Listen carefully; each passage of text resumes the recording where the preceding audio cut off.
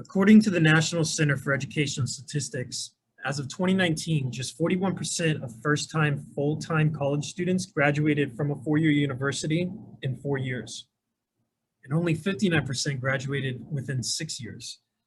This leaves a large portion of these students with mass amounts of debt and some with no college to show for it. Not only is this damaging to individuals, but it is unproductive for the economy. Student debt in the country continues to run rampant and cripple a portion of the working class, forcing many students, graduates, and dropouts to work multiple jobs. As college students here in Hawaii, many are faced with this dilemma. A strong basis of knowledge in a trade or skill could alleviate the financial burden of this climate, as well as put an additional edge onto your resume. I'm talking about vocational training in high schools, a program of courses that focuses on skills required for a particular job or trade while simultaneously completing the basic state requirements for high school graduation. This is a topic that affects everyone here, as the productivity of our economy, the education system our children will attend, and the types of adults we will interact with in our society are all relative to the education system. Every state in the country operates its education system a little bit different than the other, but all 50 states offer some sort of technical education to high school students. These can be small electives that you can take in Hawaii public schools, or like the large regional vocational training high schools, also known as RVTSs, that Massachusetts offers. According to Dr. Sean M. Doherty, the department head of public policy at the University of Connecticut, RVTSs in Massachusetts have bolstered graduation rates. In a study conducted by Dr. Doherty over several years in the early 2010s, Massachusetts public school students who were on the free or reduced price lunch program were at a higher risk of not graduating than those not on the program. In his study of over 32 regional schools, he found that these students saw a 32% more likelihood of graduating when attending an RVTS. He noted in his research that a large portion of these students did not enter the workforce after graduation, but continued education through universities and community colleges. However, the importance of a liberal arts education in young students in America should not be undermined by a desire for job training. In fact, it should be augmented with vocational training, as many technical high schools in America do. Ernest Howe is a product of technical education in Massachusetts when he received his training as a welder in the early 80s. Though he was successful in his 20s, he desired something different and decided to become a high school teacher. When pursuing his college degree, he found his training in math and English to be significantly lacking.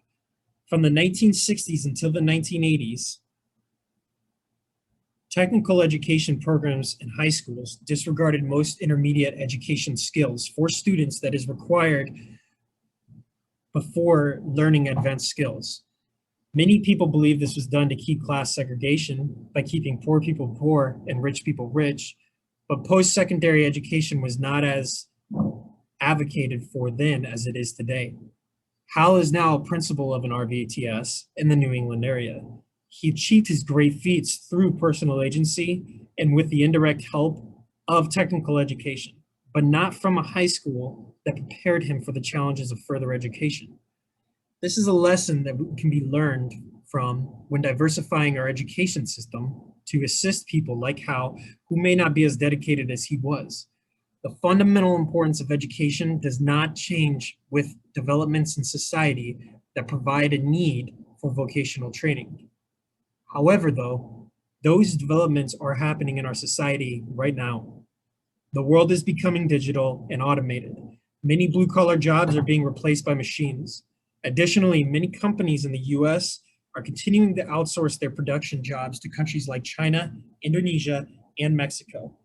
Furthermore, shifts of power in the executive branch of our government have caused changes in the employment rates in certain fields in particular industries, like the oil industry and renewable energy industry.